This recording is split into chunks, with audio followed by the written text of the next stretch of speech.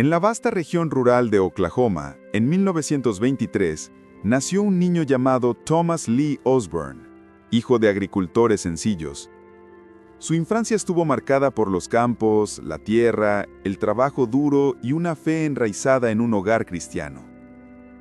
Pero lo que nadie esperaba era que aquel muchacho de ojos atentos y espíritu sensible se convertiría en una de las mayores voces evangelísticas del siglo XX. Desde muy joven, T.L. mostraba una inquietud interior, un hambre de Dios que no se conformaba con la teoría. Él quería algo más. Quería ver al Jesús de la Biblia, el Jesús que sanaba, liberaba, que caminaba sobre las aguas. En lo profundo de su alma oraba: Señor, si tú eres el mismo hoy, ¿por qué no vemos el mismo poder? Fue en la adolescencia cuando escuchó por primera vez la voz del llamado. El eco de un predicador itinerante retumbó en su corazón más fuerte que cualquier otra cosa. El llamado no vino con truenos, sino con una convicción silenciosa y ardiente. Predica el Evangelio a todas las naciones. A los 15 años, Osborne ya estaba evangelizando en los alrededores, cargando su Biblia con la osadía de quien sabía poco, pero creía mucho. Y pronto conocería a alguien que cambiaría todo: Daisy Washburn, una joven llena de vida, inteligencia y pasión por Dios. Se casaron jóvenes y se unieron no solo como marido y mujer, sino como socios en una misión divina. Apasionados por Jesús y sin ningún apoyo financiero, partieron hacia India como misioneros. Fue allí, en tierras extrañas y frente a multitudes que nunca habían oído hablar de Cristo, donde T.L. Osborne enfrentó una realidad dura que sacudió su mundo. Él predicaba, pero nada sucedía. Las palabras eran dichas, pero el pueblo no se convencía. Ningún enfermo era sanado, ningún ciego veía, ningún demonio era expulsado. Fue en medio del calor de la India y del dolor del fracaso que T.L. Osborne fragó una pregunta que rasgó los cielos: Señor, ¿por qué los milagros de la Biblia no están ocurriendo aquí? Quebrados, Osborne y Daisy regresaron a Estados Unidos. Habían dado todo, pero parecía que habían fracasado. Pero Dios aún no había terminado con él. En un escenario inesperado, una reunión evangelística en Portland, Oregon, la llama volvió a arder. En aquel auditorio, un hombre llamado William Branham ministraba sanidad a los enfermos. La gente gritaba, las sillas de ruedas quedaban vacías, y la presencia del Espíritu se sentía con peso. T.L. quedó en shock. Vio con sus propios ojos milagros reales, visibles, innegables. Y en ese instante, una fe explosiva nació en su pecho. Si Dios puede usar a este hombre, entonces Él también puede usarme a mí. Osborne volvió a casa diferente. Y lo que sucedería los días siguientes cambiaría para siempre el rumbo de su vida y de las naciones. Después de presenciar los milagros en las reuniones de William Branham, T.L. Osborne regresó a casa con el corazón encendido. Pero él no quería copiar a un hombre, ni vivir a la sombra de otro ministerio. Lo que buscaba era al Jesús de la Biblia, el Jesús que sanaba, liberaba, que caminaba sobre las aguas. En lo profundo de su alma seguía clamando: Señor, si tú eres el mismo hoy, ¿por qué no vemos el mismo poder? Por días se encerró en su cuarto. No salió a conversar, no contestó llamadas, no quiso comer. Solo oraba, lloraba y clamaba: Dios, si tú usas a los hombres hoy, úsame a mí, muéstrame tu camino. Quiero predicar y ver vidas transformadas. Quiero ver al Jesús verdadero. Y entonces algo sucedió en aquel cuarto cerrado. En un momento de total rendición, Jesús se le apareció a T.L. Osborne, no como una imaginación, ni como una emoción pasajera. Más tarde, Osborne diría con reverencia: Yo vi a Jesús. Él entró en mi cuarto y me comisionó.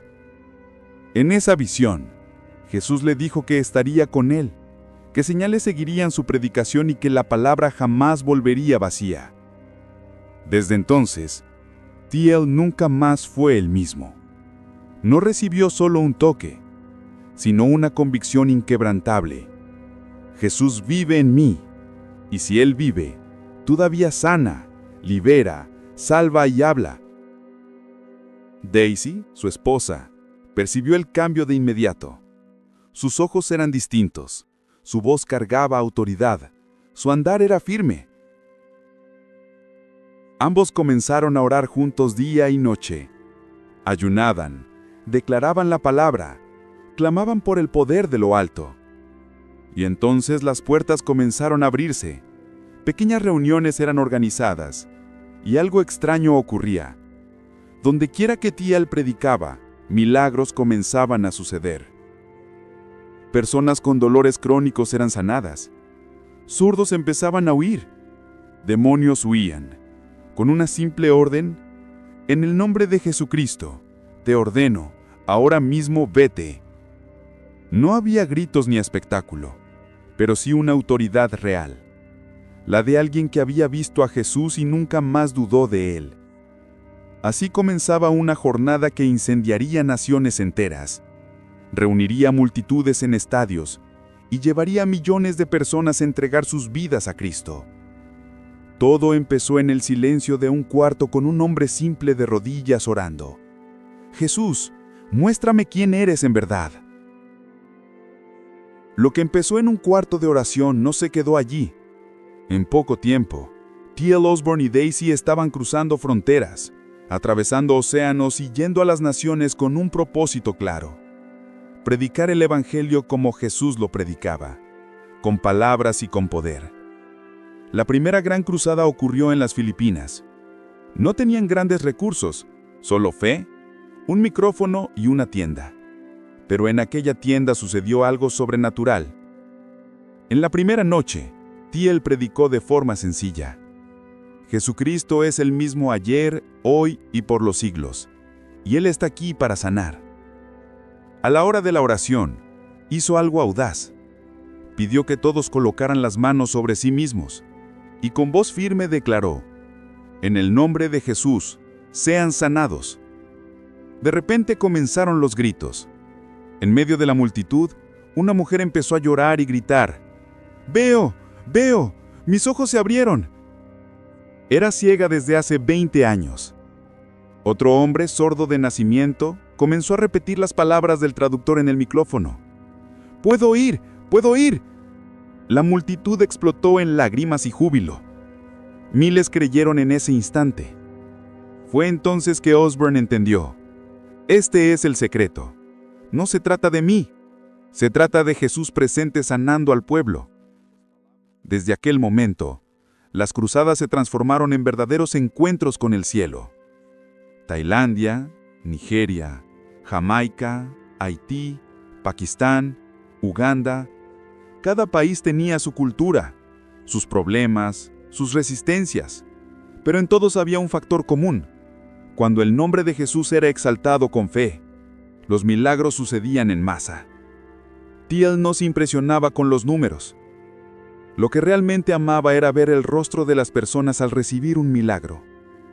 En una de sus cruzadas en Haití, ocurrió algo impresionante. Después de la predicación, Osborn hizo una oración colectiva por sanidad. Hubo silencio. De repente, se oyó un estruendo de sillas de ruedas cayendo. Según testigos, 17 sordos fueron sanados en esa misma noche. Otros se levantaron de camillas, personas corrían, lloraban, caían de rodillas. Y lo más hermoso, miles entregaron su vida a Jesús.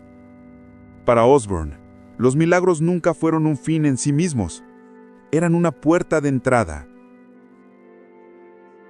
El milagro no es el premio. El milagro es la invitación. Es la forma de Dios decir: estoy aquí, conóceme. Su evangelio era simple, pero el poder que lo acompañaba era visible, innegable e irresistible.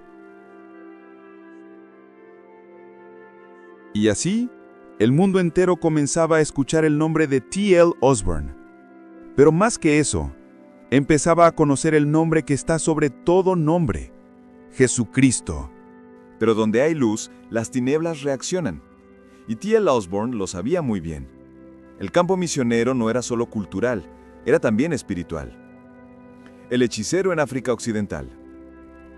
Durante una de las mayores cruzadas que realizó en África Occidental, ocurrió un episodio que marcó a todos. Mientras Osborn predicaba, un hombre comenzó a gritar con voz distorsionada, echando espuma por la boca. Era un líder tribal, conocido como hechicero, enviado para interrumpir la reunión. Los sugieres intentaron sacarlo, pero Osborn levantó la mano y dijo: «Déjenlo, Jesús lo va a liberar ahora». Mirando directamente a sus ojos, declaró con autoridad: «Espíritu de engaño, sal de él ahora en el nombre de Jesús». El hombre cayó al suelo como muerto. Silencio total en la multitud. Minutos después, se levantó con los ojos claros, llorando, levantando las manos y gritando en su lengua: «Jesús es más fuerte». Esa noche, miles se convirtieron a Cristo. La confrontación con brujos en Nigeria. En una aldea remota de Nigeria, un grupo de brujos se presentó a la entrada de la cruzada. Declaraban que maldecirían al evangelista y detendrían el evento. Osborn no se inmutó. Subió al estrado y predicó como si nada. Pero durante la oración por los enfermos, testigos contaron que los propios brujos cayeron al suelo convulsionando. Fueron arrastrados por el equipo de apoyo. Más tarde, uno de ellos confesó: «El poder que está con este hombre no puede ser vencido». La mujer musulmana en Pakistán. En otra cruzada, en Pakistán, mientras Osborn oraba por los enfermos, sucedió algo extraordinario. Una mujer musulmana, muda desde su nacimiento, comenzó a cantar en lenguas durante la oración. Fue llevada al estrado, aún en un trance de adoración. Cuando recuperó la conciencia, solo podía llorar y repetir: «Vi a un hombre vestido de blanco. Él tocó mis labios y ahora puedo cantar». Días después, más del 80% de su aldea se convirtió a Cristo. La convicción de Osborn. Él mismo solía decir: «Jesús prometió que señales seguirían a los que creen. Si no hay señales, tal vez no haya fe. Pero cuando el evangelio es predicado con fe, las señales siempre vienen». Osborn enfrentó hechicería, idolatría, posesiones demoníacas en público y resistencias religiosas. Pero nunca gritaba, nunca manipulaba. Simplemente predicaba a Jesús y los demonios huían. Los testimonios no cesaban. Ciegos veían, sordos oían, tumores desaparecían. Pueblos enteros se rendían al poder de Dios. Y en medio de todo eso, Osborn permanecía simple, con una Biblia en la mano y un corazón ardiendo en el pecho. Detrás de las multitudes, de los escenarios y de los milagros, había un hombre secreto, un hombre que vivía de rodillas.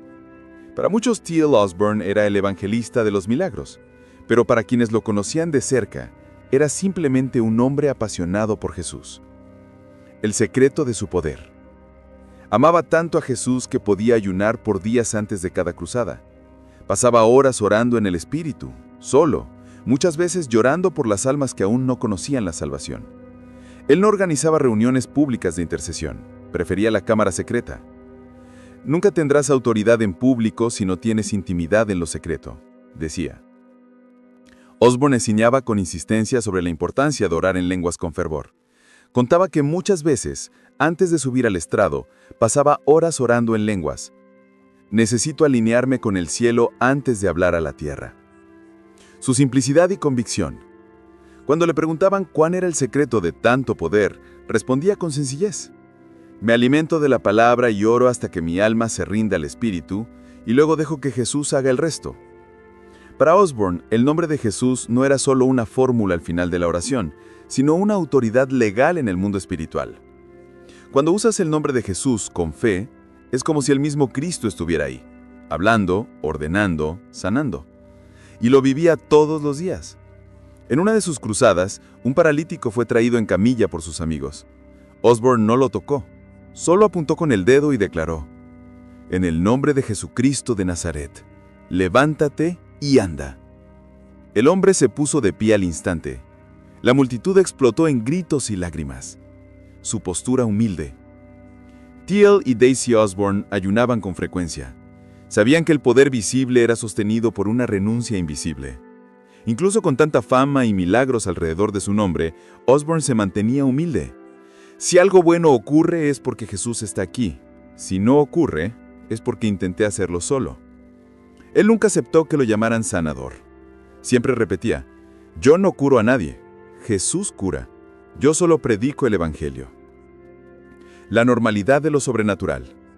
Para Osborne, sanidad, liberación y salvación no eran eventos extraordinarios, sino la vida normal de un cristiano lleno del Espíritu Santo.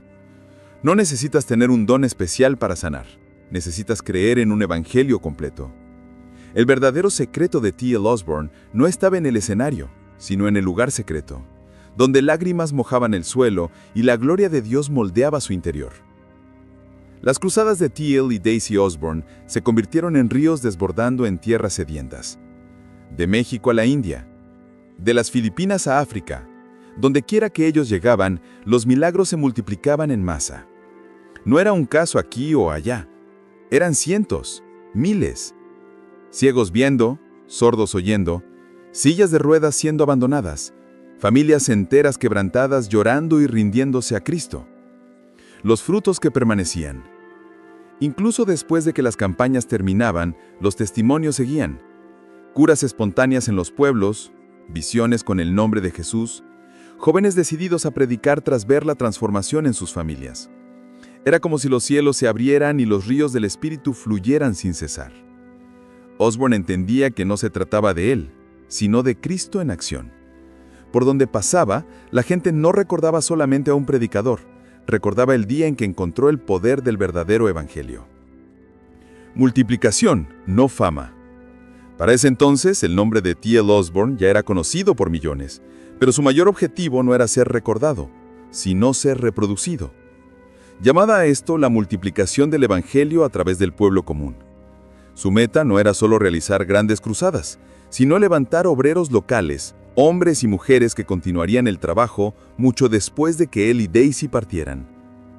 Herramientas para las naciones. Durante sus viajes, Osborne y Daisy distribuían literatura evangelística traducida. También entrenaban iglesias y levantaban equipos en cada nación. Esos materiales contenían enseñanzas sobre la fe, la sanidad divina, la autoridad espiritual y el nuevo nacimiento en Cristo. Todo escrito de manera simple y accesible. En algunos países de África, aún hoy existen iglesias enteras que surgieron a partir de un folleto dejado por Osborne. Él creía profundamente: si enseñas al pueblo a creer, ellos verán milagros tan grandes como los que yo veo. La alianza entre T.L. y Daisy era algo visible y poderoso. Ella no era simplemente la esposa del predicador. Daisy era una leona al lado del león. Predicaba, oraba, enseñaba, traducía, organizaba las estructuras con precisión admirable. Muchos afirmaban que sin ella, el ministerio jamás habría alcanzado tal escala. Daisy, madre de avivamiento. En varias naciones, Daisy ministraba sola ante multitudes de mujeres, especialmente en lugares donde los hombres no tenían acceso. Y lo sorprendente era que los mismos milagros acontecían. Sanidades, liberaciones, conversiones en masa. Un predicador africano llegó a decir: ver a Daisy Osborne era como ver a una madre del avivamiento. Ella llevaba fuego en los ojos y amor en las palabras. Formación de evangelistas. T.L. Osborne comenzó a invertir fuertemente en la capacitación de evangelistas. Escribió libros que marcaron generaciones, entre ellos Sanad a los enfermos y echad fuera demonios, Cristo el Sanador, el Evangelio para el mundo entero. Estas obras influenciaron a evangelistas de talla mundial como Reinhard Bonnke, Benny Hinn y también a numerosos líderes latinoamericanos. En Brasil, por ejemplo, un pastor en Belém do Pará inició un avivamiento local después de leer un ejemplar de un libro de Osborne, traducido de forma rudimentaria y gastado de tanto uso: multiplicar la unción. Osborne tenía una convicción clara: la unción podía multiplicarse. Él no oraba solo para sanar, oraba para activar dones en otros. En muchas campañas, jóvenes recibían el llamado ministerial en medio de la multitud, y él los animaba con una frase que se volvió casi un lema: tú puedes hacer lo que yo hago si crees en el mismo Jesús. Ese fue su secreto: no formar admiradores, sino multiplicar predicadores. Con el pasar de los años, T.L. Osborn no redujo el ritmo, solo cambió el enfoque. Se dedicó aún más a la literatura, al entrenamiento de evangelistas, a la cobertura espiritual de ministerios alrededor del mundo. No buscaba aplausos, buscaba frutos duraderos. El golpe más duro: la partida de Daisy. En 1995, su amada compañera Daisy partió para la eternidad. Fue un golpe devastador, pero Osborn no se detuvo. Continuó escribiendo, viajando y discipulando hasta 2013, cuando fue promovido a la gloria a los 89 años. El evangelio sencillo y con poder. Osborn nunca complicó la fe. Para él, el evangelio era simple, directo y siempre acompañado de poder. Decía: la razón por la que predicamos con milagros es porque Jesús sigue siendo el mismo y quiere mostrarse al mundo. Su legado. En sus cruzadas era común ver ciegos recibiendo la vista, sordos escuchando, sillas de ruedas abandonadas y familias enteras quebrantadas en lágrimas. Y aún después de su muerte, los testimonios continúan.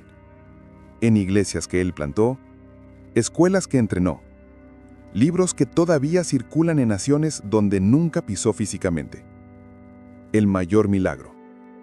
Cuentan que en una de sus últimas ministraciones, un joven le preguntó: «Hermano Osborn, ¿cuál fue el mayor milagro que usted ha visto?».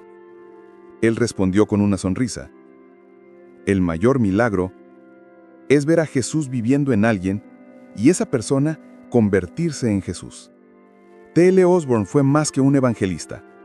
Fue un avivador, un padre espiritual, un hombre que no quiso guardar para sí lo que podía propagarse como fuego. Su nombre quizás no esté en los libros escolares, pero está escrito en los corazones de millones en todo el mundo. Hasta hoy, un eco resuena en las naciones: Cristo en vosotros, la esperanza de gloria. Ese es el milagro que no termina, el fuego que aún arde, el legado que no muere.